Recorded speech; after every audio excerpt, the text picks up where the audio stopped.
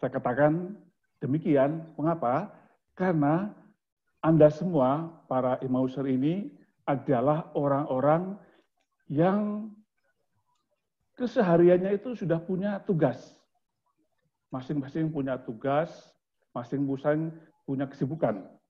Jadi bukan pengangguran, mungkin ada satu atau dua Bapak Ibu sekalian yang barangkali kurang begitu sibuk, atau barangkali tidak sibuk, tapi umumnya adalah orang-orang yang punya tugas yang harus diselesaikan dalam sehari-harinya. Baik itu tugas di luar rumah ataupun tugas-tugas domestik. Waktu untuk diberikan kepada Emmaus Journey bukanlah waktu yang tersisa. Tersisa maksudnya tugas ini, tugas itu, masih ada sisanya untuk Emmaus. Bukan begitu. Jadi waktu yang kita berikan kepada Emmaus Journey itu bukan waktu yang tersisa. Anda semua bukan memberikan waktu yang tersisa, tetapi memang Anda semua menyisihkan waktu untuk Emmaus. Jelas ya? Jadi bukan waktu tersisa yang kita berikan, tapi memang kita menyisihkan waktu untuk Emmaus.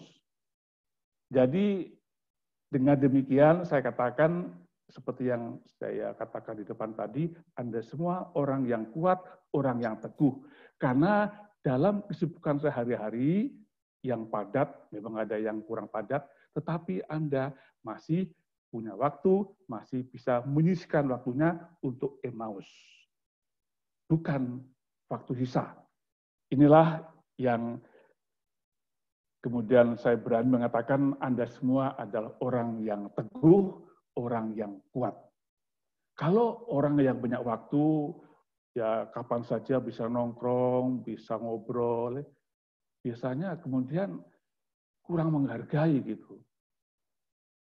Anda semua banyak pekerjaan, banyak tugas, tapi dalam tugas-tugas yang banyak sehari-hari itu, tapi Anda bisa secara khusus memberikan waktunya untuk Emmaus.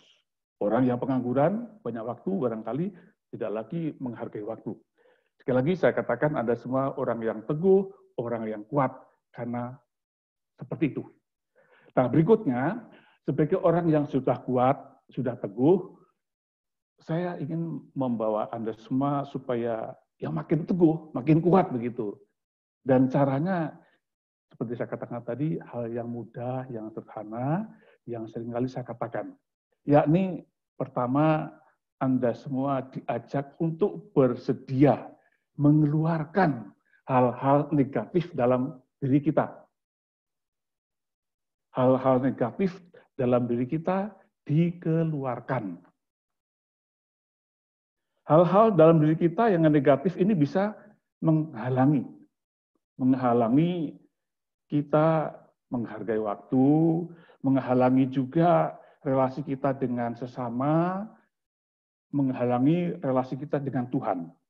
Maka yang negatif itu harus dikeluarkan. Hal-hal negatif itu banyak sekali, misalnya orang iri hati, atau dendam, atau marah, atau hal-hal yang tidak baiklah yang biasanya kita lakukan. Hal seperti itulah harus dikeluarkan. Biarkanlah Tuhan mengeluarkan hal-hal negatif itu dari dalam diri kita. Nah, pekerjaan mengeluarkan hal negatif dari dalam diri kita ini diumpamakan dengan, pernah saya katakan di hadapan saudara mungkin, diumpamakan dengan seorang pematung yang sedang mengerjakan patung.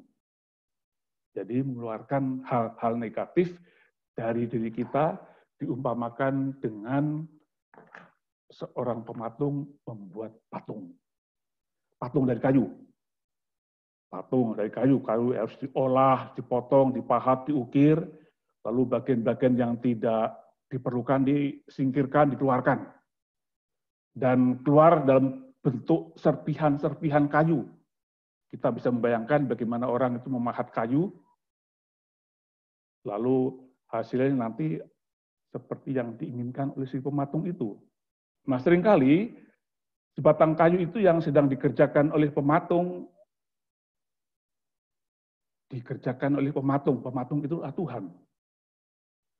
Tuhan sendiri sebagai pematung yang membuat patung, membuat untuk dijadikan patung yang bagus, patung yang indah. Nah, seringkali kita sebagai kayu yang mau dibentuk menjadi patung oleh Tuhan, tidak mau diajak kerjasama. Kita melawan, kita memberontak, tidak mau dibentuk, dan seringkali berubah-ubah. Hari ini, si pematung misalnya memahat bagian yang akan dijadikan wajah dari seseorang. Dengan pemahat dan alat pemukul, si pematung itu mengerjakan bagian dari muka kita. Tidak sekali jadi, melainkan perlu waktu yang bisa jadi lama. Mungkin perlu waktu berhari-hari. Si pematung juga perlu waktu untuk istirahat. Maka dia harus berhenti, lalu nanti dilanjutkan lagi. Mungkin kerja dari pagi sampai siang, memahat, kemudian siangnya istirahat, lalu sorenya dilanjutkan lagi. Dan kalau sore ini belum selesai istirahat, besok pagi dilanjutkan kembali. Nah, ketika si pematung itu kembali akan melanjutkan pekerjaannya, jadi Tuhan datang lagi untuk menyelesaikan pekerjaannya, kayu yang bakal patung itu tidak berubah. Masih sama seperti hasil kerjaan yang terakhir. Maka dia mulai memahat lagi, dan bagian-bagian yang tak berguna dikeluarkan dalam bentuk serpihan-serpihan. Nah, besoknya lagi, kalau hari ini dia belum selesai, melanjutkan kembali sampai patung itu selesai sempurna. Nah, ketika Tuhan sedang membentuk kita, mengeluarkan serpihan-serpihan yang tak berguna, yaitu kedengkian, amarah, atau dendam, dari dalam diri kita melawan, kita memberontak. Hal itu ditunjukkan dengan berubah-ubah, tidak konsisten dari pihak kita sebagai kayu yang akan dibentuk menjadi patung. Tuhan memahat kita, lalu dia berhenti. Ketika dia datang untuk melanjutkan pekerjaannya lagi, ternyata kita sudah berubah. Kemarin saya bisa ramah kepada seseorang, tapi kemudian sehari kemudian saya marah kepada dia. Begitu. Baru ditinggal sebentar untuk istirahat, sewaktu mau dilanjutkan lagi, kita sudah berubah lagi. Jadi kalau demikian, kapan akan terbentuk sebuah patung yang indah, yang sempurna, jika kita setiap kali, setiap saat berubah terus. Bentuk perubahan itu seperti yang saya katakan tadi, bisa kemarahan, bisa bersendam, dan sebagainya. Setiap serpihan yang dikeluarkan dari diri kita, marah, atau barangkali dendam dan sebagainya, seringkali kita melawan, kita berontak tidak mau. Jadi saya sekali lagi mengulangi, untuk menjadi seorang yang teguh, yang kuat, harus berani untuk mengeluarkan hal-hal negatif dari diri kita. Jangan berubah-ubah, kita diminta konsisten. Jadi jangan sampai si pematung datang, mau melanjutkan pekerjaan, kita berubah. Baru istirahat sebentar, mau dilanjutkan pekerjaannya, berubah lagi. Tidak demikian. Kita diminta supaya tidak berubah, supaya konsisten. Itulah cara gambaran saya untuk mengeluarkan hal negatif dari dalam diri kita, digambarkan dengan seorang pematung membuat patung. Mengeluarkan hal-hal yang berguna, kemarahan, dendam, dan sebagainya. Serpihan-serpihan kayu dipahat, dikeluarkan, dibuang.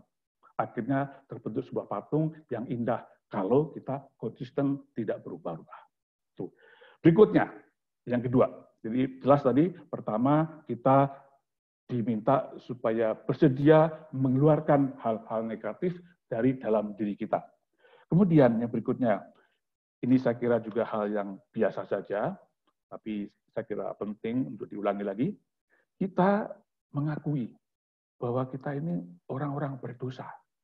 Orang yang rapuh, orang yang gampang masuk dalam kegelapan dosa. Tuhan meminta sesuatu dari kita. Tuhan minta agar dosa kita itu diserahkan kepadanya.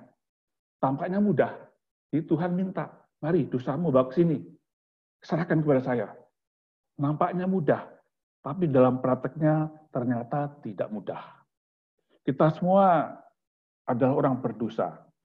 Kita mendengar dari kitab suci Injil Yohanes di bab 8 ayat 7, Anda saya kira cukup familiar dengan ayat ini.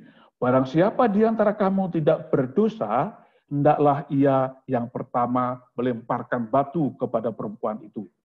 Saya kira Anda cukup mengenal dengan ayat ini kan ya? Itu berhubungan dengan seorang wanita yang dihadapkan ke Yesus oleh orang Farisi karena diketahui perempuan ini nakal gitu. Lalu Yesus diminta mengadili, tapi rupa-rupanya Yesus tak terjebak oleh permintaan orang Farisi itu. Sehingga akhirnya si perempuan itu dibebaskan, pergilah, jangan berbuat dosa lagi. Jadi ini menunjukkan bahwa kita ini semua orang berdosa. Orang yang lemah, orang yang rapuh, orang yang mudah sekali jatuh dalam kegelapan dosa. Meskipun sudah tahu kita berdosa, namun sulit untuk mengakuinya. Dosa-dosa itu biasanya cuma disembunyikan saja, dikubur begitu. Sewaktu-waktu dosa itu akan muncul lagi di luar kesadaran kita. Para ahli mengatakan bahwa 75% ingatan kita itu disimpan di bawah alam sadar. Hanya disembunyikan saja. Pada suatu saat ia akan keluar di luar kontrol kita. Nah, demikian juga dosa-dosa kita. Ia hanya disembunyikan, dimasukkan di dalam alam bawah sadar. Nanti satu ketika, waktu kita sedang marah, emosi, ia akan keluar. Oleh karena itu, harus berani menyerahkan dosa kita ke hadapan Tuhan. Nah, seringkali kita tidak mau menyerahkan dosa-dosa itu kepada Tuhan. Malahan sebaliknya kita mempertahankan dosa itu. Kita memegang dosa itu. Lalu Tuhan minta, bawa kemari dosa itu, serahkan kepada saya. Kita tidak mau. Nah, kita orang berdosa. Tapi baiklah saya ajak Anda semua berdosa, tapi berdosa sebagai orang yang sehat. Begitu loh. Pendosa yang sehat. Bagaimana itu pendosa yang sehat? Begini, pendosa yang sehat itu adalah orang tahu dia berdosa, tapi dalam proses penyembuhan, begitu. Sekali lagi, diulangi, kita ini orang berdosa, kita mengakui dosa itu. Dan dosa, sebagai orang berdosa, kita menjadi orang pendosa yang sehat. Artinya bahwa kita ini mengakui orang berdosa, tapi dalam proses penyembuhan. Ini bukan pendosa-pendosa yang sifatnya kriminal begitu. Mengakui, memang saya berdosa kok, mengapa lagi? Misalnya begitu. Saya berdosa memang, tapi saya nggak tahu kalau berdosa. Orang luar saya mengatakan saya dosa. Begitu misalnya. Itu namanya orang kriminal. Mengakui dosa, tetapi saya nggak bisa diubah. Begitu. Atau saya nggak tahu kalau saya berbuat dosa. Yang tahu saya berbuat dosa itu orang luar. Kalau demikian namanya orang yang kriminal. Nah, kita ini dosa, tapi pendosa yang sehat. Mengakui dosa kita, tapi dalam proses penyembuhan. Kita tidak menuduh orang lain, tapi mau ambil tanggung jawab atas dosa itu. Contoh kecil misalnya, seorang melanggar peraturan lalu lintas karena memasuki daerah terlarang gitu ya. Nggak cuma dia sendiri, banyak juga yang lain masuk daerah terlarang itu. Sama polisi di stop. Nah, si pengendara itu mengatakan, kok saya yang di stop Pak, yang lain tidak stop itu banyak yang melanggar juga. Mengapa nggak di stop itu? Nah, orang seperti ini ingin membenarkan diri sendiri dengan menunjuk kesalahan orang lain begitu. Dia nggak ngakui bahwa dia salah. Dia ingin membenarkan diri dengan cara menunjuk kesalahan orang lain. Nah, itu namanya orang yang seperti tadi saya katakan kriminal. Ya. Sedangkan kita adalah pendosa yang sehat, masih dalam proses penyembuhan. Kita tidak menuduh orang lain, tapi mau mengambil tanggung jawab atas dosa kita sendiri. Dalam kitab suci saya kira Anda juga pernah membaca di 2 Samuel. 2 Samuel berapa ya? Saya tidak begitu ingat. 2 Samuel. Kitab 2 Samuel 11, 12 atau berapa? Yang isinya kurang lebih begini. Daud itu kan berbuat dosa dengan siapa? Batseba. Ada seorang perempuan namanya Batseba kan? Ya, kenal ya, Batseba. Nah, Daud berdosa, tetapi dia tidak bilang begini, gara-gara Batseba lah, maka saya berdosa. Tidak begitu. Kan ceritanya Anda tahu bahwa Daud naik ke Sotoh ya, tempat yang tinggi, lalu melihat si Batseba mandi gitu kan, lalu tertarik dengan Batseba kan, lalu diambil jadi istrinya. Suaminya si Uria dibunuh begitu kan, maju perang dibunuh gitu. Jadi Daud itu berdosa. Tapi dia tidak mengatakan gara-gara si Batseba mandi, lalu saya tertarik, lalu saya berdosa. Bukan begitu. Dia nggak nunjuk Batseba. Jadi dia bertanggung jawab atas dosanya sendiri. Nah ini yang namanya orang berdosa, tapi dosa yang sehat. Dia mengakui dosanya dan juga dalam proses penyembuhan. Kalau mau memperbaiki dosa, ya jangan nuduh orang lain lah begitu. Mencari-cari alasan, katakan saja saya lemah, saya tidak kuat, saya memang tergoda oleh bujukan setan. Jadi jangan menyembunyikan dosa-dosa kita. Terimalah kenyataan itu, dan kenyataan itu adalah bahwa kita ini orang berdosa. Jadi sudah 2 hal, saya kira saya sampaikan kepada semua. Satu, pertama, Anda teguh, kuat. Karena dalam kesibukan sehari-hari, Anda masih ada waktu, bukan sisa, tapi sengaja menyisihkan waktu untuk Emmaus, menjadi anggota Emmaus Journey.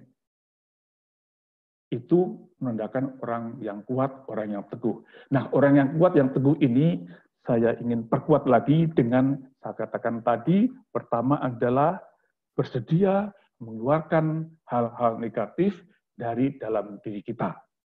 Jangan melawan, jangan berontak. Dan kemudian juga mengakui bahwa kita ini orang berdosa. Berdosa yang mau bertobat dan sedang dalam proses penyembuhan. 2 hal itu saya harapkan bisa menjadikan kita kuat, teguh untuk mengisi hari-hari kita, khususnya di hari-hari yang tidak gampang ini, di mana banyak sekali orang yang kesulitan dalam ekonomi, kesulitan dalam bekerja, dalam belajar, dan sebagainya. Situasi yang demikian ini hendaknya tidak memperlemah kita, tapi justru meneguhkan, menguatkan kita. Itu yang ingin saya sampaikan dalam rangka untuk meneguhkan, menguatkan Anda sekali lagi. Berikutnya, kalau Anda minta supaya Anda diberikan soal visi atau misi paroki, itu semuanya sama dengan visi misinya keuskupan. Sama. Nanti sampai di paroki, kemudian paroki menerjemahkannya begitu. Saya kira sering mendengar itu visi Keuskupan Bogor, tapi kan saya bacakan, ini menjadi visinya dari paroki juga.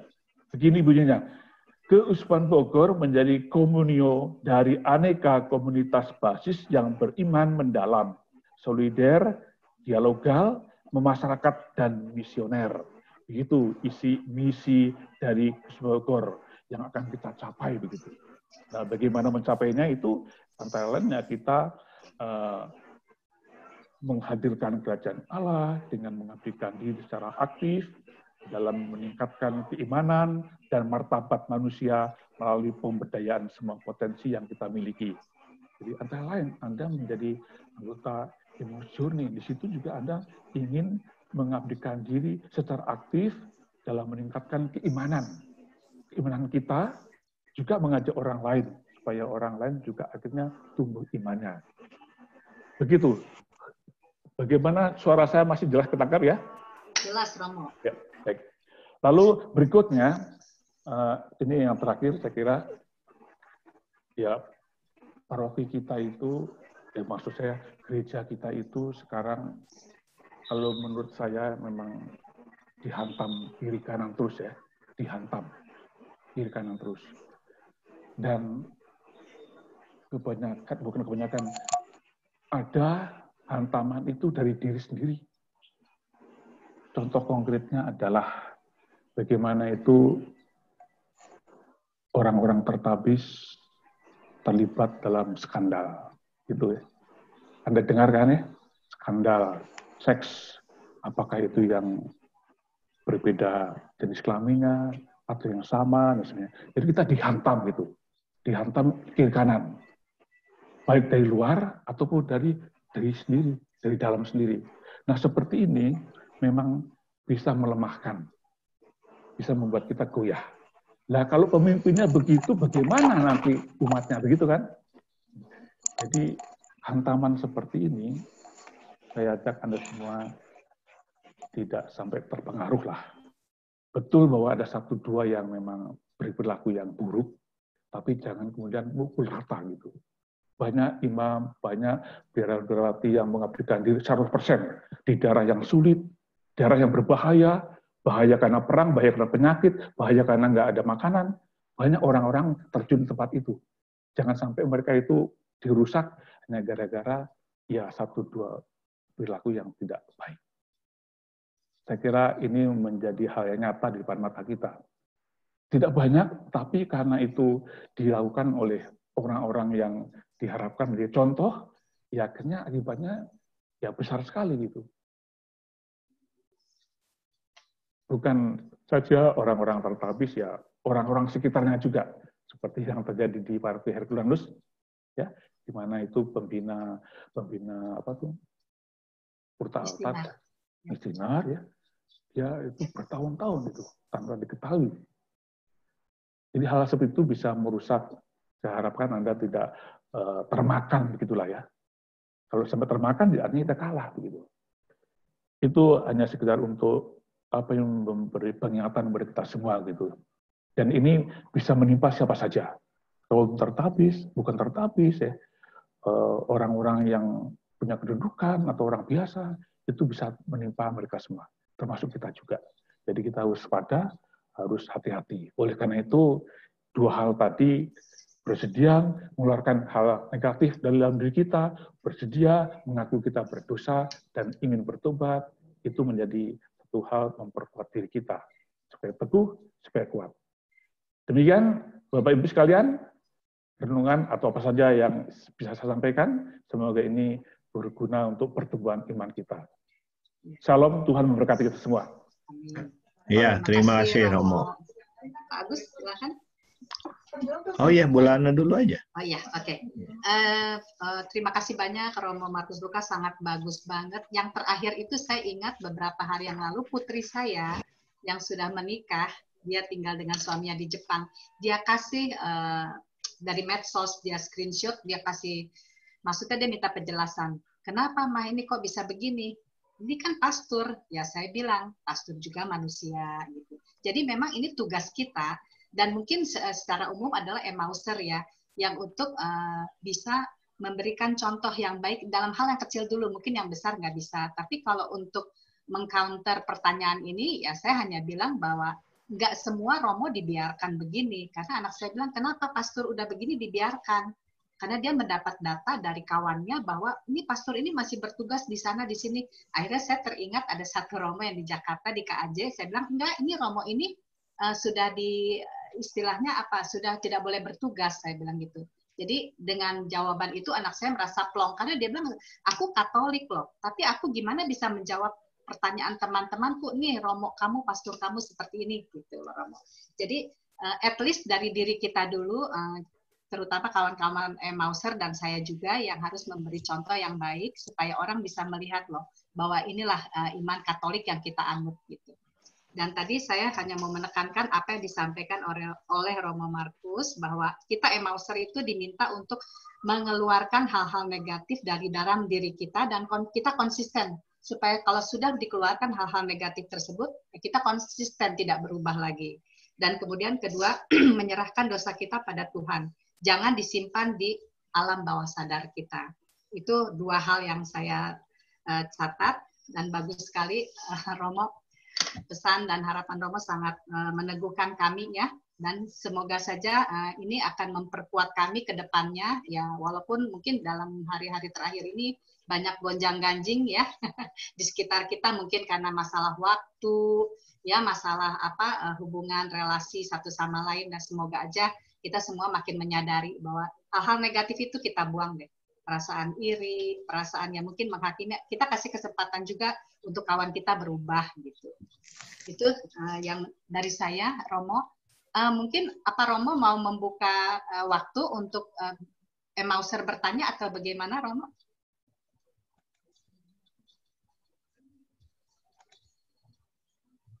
Silakan Romo, di-unmute Romo. Ya, mungkin 1, 2 boleh lah. Ya, oke, silakan Emauser, Bapak atau Ibu, silakan. Ada yang mau bertanya pada Romo? Kalau tidak ada, jangan dipaksa-paksa ya. Ya, saya kasih kesempatan nih, 3 detik, 1, 2, 3, oke, kalau tidak ada. Baik, sepertinya Romo sudah harus ke tempat lain ya. Juga kalau nggak salah tuh. Oh iya, tapi sebelumnya, Pak Dwi juga, oke. Tapi sebelumnya boleh kita foto, setelah foto Romo, iya. Atau mungkin berkat dulu atau foto, Pak Agus baiknya foto gimana? Foto dulu aja. Oke, pasang tampang sebaik mungkin, yang kacamata mungkin baiknya dilepas. Mari Bapak Ibu, yang videonya belum muncul, dimunculkan dulu. Ini Ibu Christine Evelyn. Ya, caranya gimana? Videonya di on. Ibu ada di mana ya? Ini Ibu Evelyn. Nanti sini belakang. Ini bukan. Adanya di mana sih? Ibu Evi ada. Ibu pakai handphone ya? Ibu. Ya udah, saya mulai dengan layar satu lagi. Ibu Evi lagi dibimbing oleh Ibu Lana. Ibu Lana silakan dibimbing dulu. Iya. Kita lihat video untuk layar yang satu. Videonya di on, Bu. 2, Bu Silvi masuk di sini. Pak Marwoto juga. Ya, Pak James. Oke, 1, 2, 3. Nah, kita sekarang kembali ke Ibu Evi. Ibu Evi belum nyala juga nih. Bu Evi belum, suaranya juga nggak keluar. Di mute. Yang mana ya? Yang gambar kamera. Sebelahnya mute. Nah, itu dia. Sudah, Bu. Mana Ibu wajahnya ya? Iya, wajahnya nggak ada itu. Mana Ibu? Itu ada ranjangnya. Ibu, ranjangnya kelihatan, ibunya kemana? Jangan mejanya. Mejanya, meja bukan ranjang. Meja. Kameranya diputar. Oh, itu kameranya. Kameranya diputar. Kamera depan. Ibu yang muter. Oh, kamera depan belakang. Iya. Kedepanin, Bu, kameranya. Ibu ngadepin ke Ibu kali ya? Enggak, itu kameranya kamera belakang yang aktif. Oke. Ya udah Bu Evi gini aja. Handphonenya dibalik, kemukain. Iya, maksud saya handphone dibalik ke muka. Nah, gitu. Ya udah, sekarang gini. Bu Evi diam ya. Oke, 1, 2. Pak Stefanus, terlalu tinggi mukanya, Pak. Nggak kelihatan, Pak. Ya, kalau nggak nanti Bapak kelihatan bibirnya aja. Ya, 1, 2, 3. Bu Merlin masih ketawa, Bu Merni. Oke ya, sekali lagi. 1, 2, 3. Tunggu, ini ada yang mau masuk dulu. Oke, 1, 2, 3. Oke. Terima kasih Romo. Romo, terima kasih banyak. Kita juga mohon berkat mungkin. Mohon berkat dari Romo ya. Biar kami jadi Emauser yang kuat, yang tangguh. Ya, mau suaranya. Mohon berkat Tuhan. Tuhan bersamamu. Dan bersama roh. Semoga segala pelayanan kita, pekerjaan kita sehari-hari oleh Tuhan diteguhkan, dikuatkan, sehingga kita semua menjadi alat-alatnya pewarta kabar gembira. Dan Tuhan senantiasa memberikan limpah berkat. Dalam nama Bapa, Putra, dan Roh Kudus. Amin. Terima kasih banyak, Romo. Terima kasih. Sedikit laporan dulu, Mo. Ternyata dari EJ kita itu ada titipan dari beberapa paroki pesertanya. 3 dari Semplak, 3 dari Matius Depok, 3 dari Katedral, dan 1 dari Jakarta, Katedral Jakarta. Jadi ada 10 orang yang dari luar paroki. Itu mau. Ya. Mereka hari apa nanti? Tersebar harinya. Ada Rabu, Kamis, Jumat, Sabtu. Oke. Yang hari Senin kita tutup mau nggak jadi mau. Oh. Ya, Ya. karena Kemasatan ya. pesertanya. Iya, betul. Ya. Ya, mohon doanya yang Romo. Saya Ya, ini ya. terima kasih Romo. Ya. Yo, Terima Oke, kasih. izin ya Pak. Ya. Pamit Terima ya. kasih, terima kasih Pak Ya, Dwi. Pak Dwi. Ya. Pak Dwi ntar balik lagi kalau udah ya. Bu Ika, Oke, Pak. Bu Ika juga. Pamit Ya. ya Pak. Ya, Oke, amin, ya. Kak. Ya. Terima kasih Bu Terima Bapak kasih Bu semua. Ika. Ya. Ntar ditunggu lagi. Silakan Bu Lana lanjutkan. Ya, baik. Bapak Ibu masih setia ya menunggu. Yang mau minum silakan sambil minum ya Pak ya. Pak Agus boleh? Ya, mari kita minum dulu. Silakan yang mau minum. Mana?